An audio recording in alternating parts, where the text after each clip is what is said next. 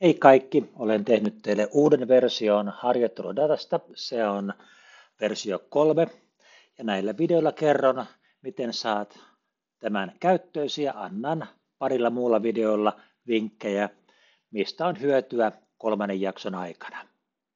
Ihan ekana olet saanut tämän työtilan sähköpostitse. Lataa se ensin tietokoneellesi ja sen jälkeen mene avaa Spendata ja mene sen päävalikkoon. Täällä on valinta Load, Restore a Workspace. Klikkaa sitä. Saat laatikon ja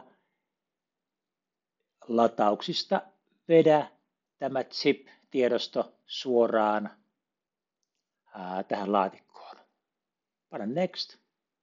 Mulla on tämä ennalta jo. Sinä et tätä ilmoitusta saa. Ja muutaman Nextin jälkeen työtila on käytössäsi. Ja avaa siitä yleiskuva näin.